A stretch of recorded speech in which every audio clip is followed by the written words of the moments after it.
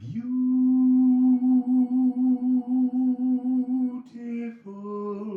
people. Oh, there was a real sense of ancient musicians just clothing that melody.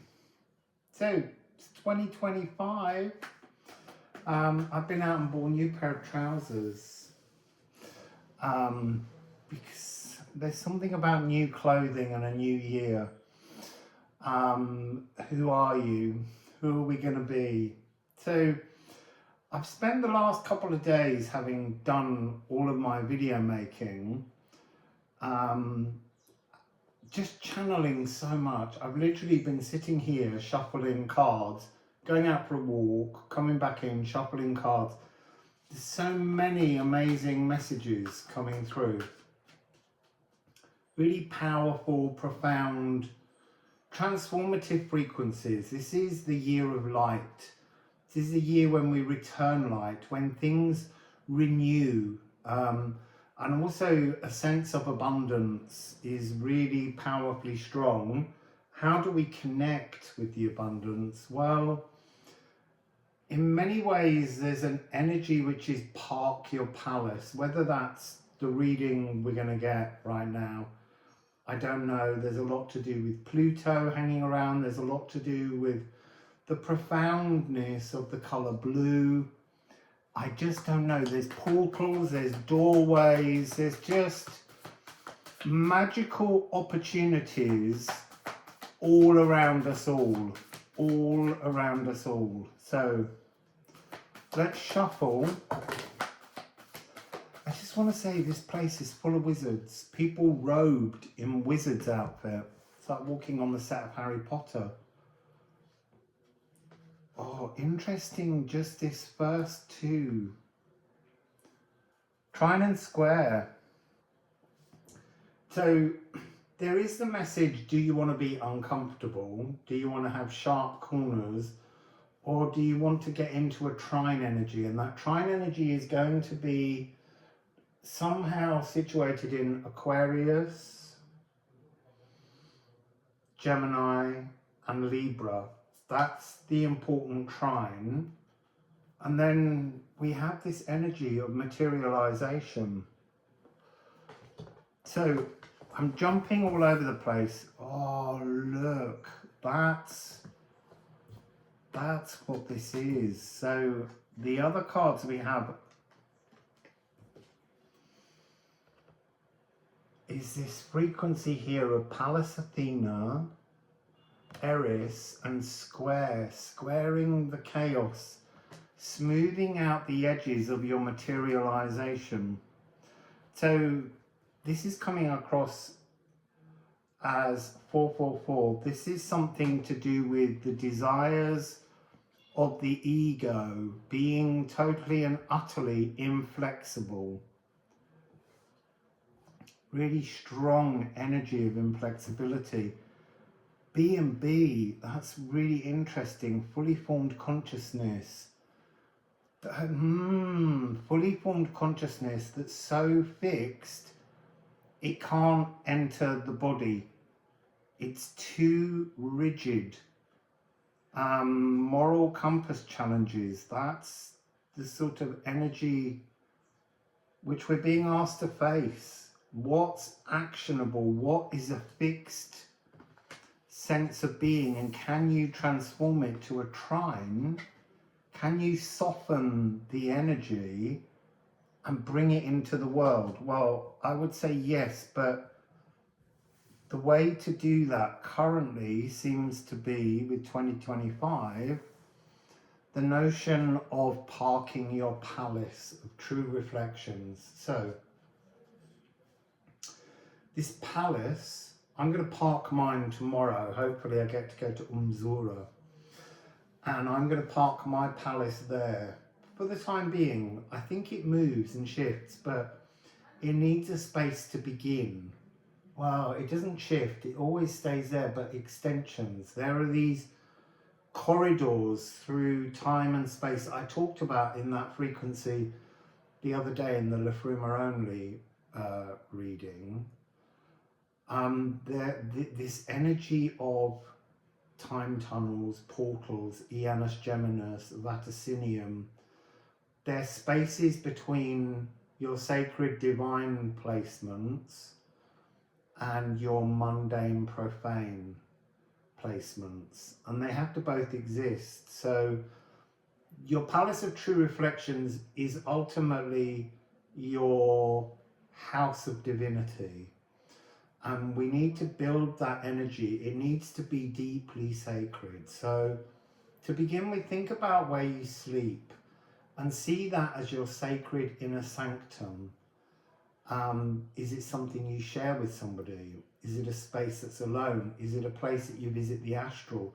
What does the astral tell you? How does the astral communicate? Because the astral is our higher divine self communicating with us to tidy up the interfaces between our divine Palace of True Reflections and the space that we exist in the real world. By parking, by bringing that energy into a physical space, you're grounding all your potential dreams, all your possibilities, and it's only then that you can begin to walk them, to experience them, to have them bleed through with that abundance that's in the Palace of True Reflections. But the abundance will only happen if it's grounded in reality. Don't have it as a portal that's just up there. Bring it here, bring it into the world.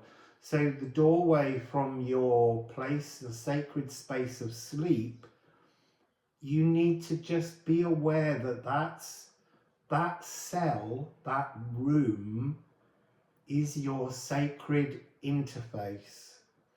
And so when you step through the doorway from your bedroom after a night in the astral with your divine frequencies, you need to imagine that your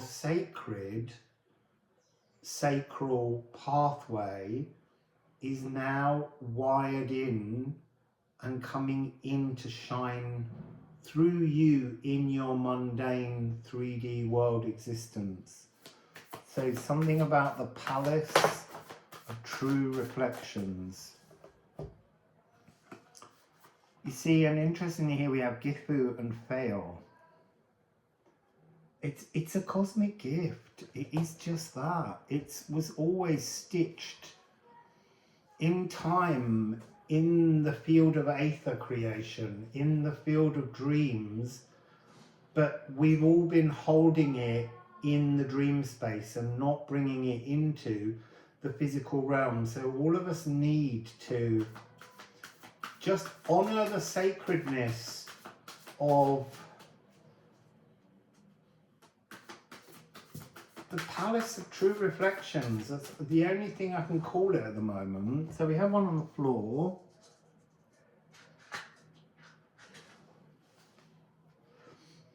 Needs, static. They're static. Your needs remain unfulfilled if you don't park your palace. So all the things you've been trying, 5966. Look that up, it may have a relevance to you. 5966. Oh, 5544. Interesting, their codes have changed.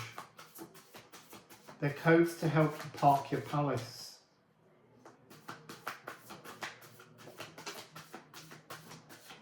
Another one on the floor.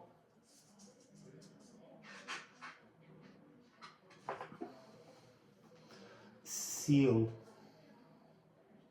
Sigil. Life force. But life force, it's interesting. You see, they're saying life force free of ego. But the challenge with this is, in this divine Palace of True Reflections, you are the divine. You are the God aspect in the world that you see through your eyes and the world that you imagine through your galactic heart is what's coming across. And so in that space, you are divine. Therefore, you cradle all beings, all life in your palace. And somehow you have to wrap your head around the discomfort of being God. It's a really weird challenge that's coming through, but we need to recognize that we witness the world through our eyes, and our eyes are divine, and so therefore our eyes really should witness divinity in all things. We don't. But that's why we're going to park this palace and we're going to invite Pluto to come and live there, because Pluto's a little bit stressed out still. He's like the wounded inner child. And you know I always say kill your inner child. Put a stop to it. Because there's something here in the frequency of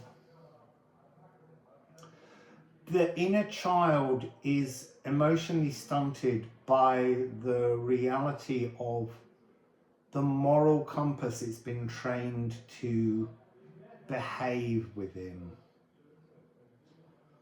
And so what we're seeking is to move to a grown-up, emotionally stable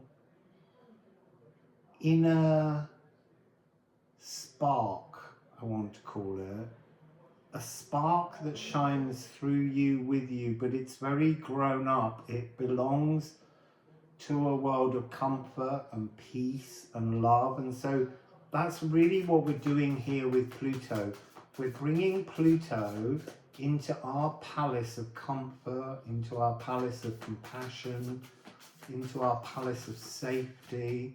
We're inviting Pluto to take up residence.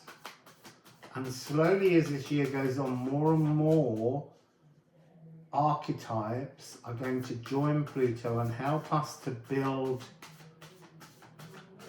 our stable palace. But it begins with a simple cell.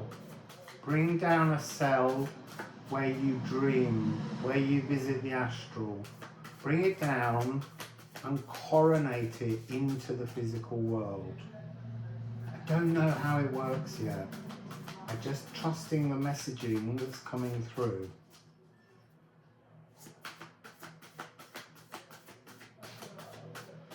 Interesting, there's like no more messages there. Let's change to the other deck.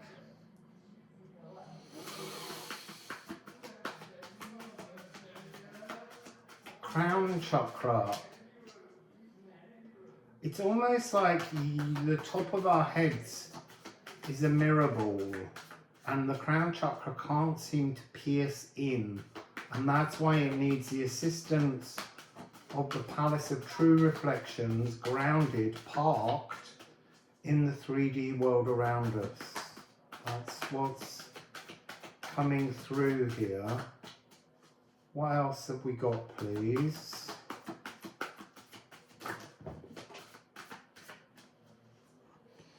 So we have, you see, this is interesting, Vesta and Water, 43 and 90. The really powerful message there of not when fire meets ice, but when fire meets water and becomes steam. There's an energy here of divine, spiritualized magic. And then it's followed by North Node and Moon in Sagittarius. This is a new philosophical mission. This is the storybook writer, changing the tunes, being spirit mentored by you, by your spirit. That's the key here. Lean in to your palace of true reflections that you're building in the physical world. Lean in to create a new world. This is tameless expansion. scene-changing optimism. The state of pronoia, I think that's a key energy this year. Trust that spirit, the light, the love, the source of everything is, well, it's gathering everything around you to make sure that everything in your world improves. It's conspiring in your favor. That's the frequency of 2025. The energy of the light conspiring in your favor. And then this card was on the bottom face down. Pisces. This is the peal of bells. This is the changing frequency. This is the cosmic conjurer, wizard frequency. There are so many wizards walking around doing really mundane things. It's really totally fascinating. But some of them are real wizards. And they're just wandering around looking ever so humble, ever so ordinary. And yet they seem to be dipping in and out of portals and doors that take them to their palace of true reflections. And that's why I'm picking it up here, because that's exactly what they've done. The notion of buildings with riads, these internal gardens of comfort where we wait, where we pause, where we are refreshed. And refreshed is another really massive energy that's playing in at the moment. This is a year of refreshing. We've done the difficult, we've done the dark. It's time now to settle into, look, it's really interesting because in the Palace of True Reflections, there is true abundance. There's mobile wealth, and it moves around with you every time you bring your Palace of True Reflections frequency into the mundane world around you, but you bring it in, I want to say, in a kind of humbled way. Practice compassion, practice love for everyone. You don't have to demonstrate it in this world. You have to demonstrate it in your Palace of True Reflections. You have to build a palace where you are, and you need to really understand this, you are divine. You are the love, the magic. You are all of these things. You are the God interface. And so you have to place everybody in your world as you grow it, and you need to understand what the parameters are in your divine cosmos. What have you built in to bring joy and happiness, love, kindness to everyone who exists in your world? And at first that may be quite small. There's a card here that's sticking out. Oh, two. Interesting. Haumea, a moon in Aries. Birthing instinctual trust with assertive independence.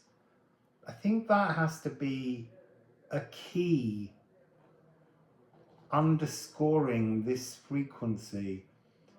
Trust your own independence. Trust your own higher frequency, your own divinity. Trust that it is trying to guide you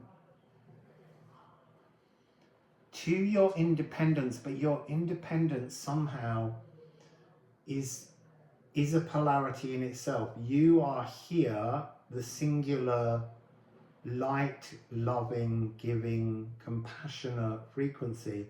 And then down here is all of the rest of the world at the other end of the spectrum. And instead of them living in fear, living in poverty, living in worry, living suppressed, repressed, all of those energies, it's now time to just shine your compassionate beacon of love onto everyone, absolutely everyone, because that's the tune of the Elven Ring. And when we're in the Elven Ring, we are all part of this oneness. But you also have to be part of a oneness where you are solely the one energy of source, giving love, giving compassion to everything that ever lived. And that has to be parked in your palace of true reflections. Look, it's Crocus of Venus energy.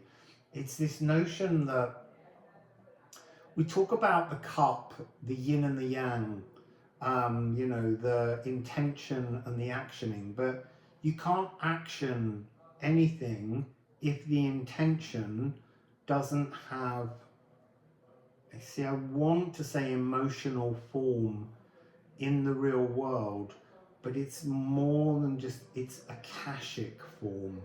You give your dreams akashic form here on the land, in the earth, and then that will somehow allow the Mars, the Crocus of Mars energy, the calm energy, to action and assert itself as kind of clothing over the energetic shapes that you have created as you parked your palace. I hope that makes sense. I've done this video 3 times because I don't think I've made it very clear.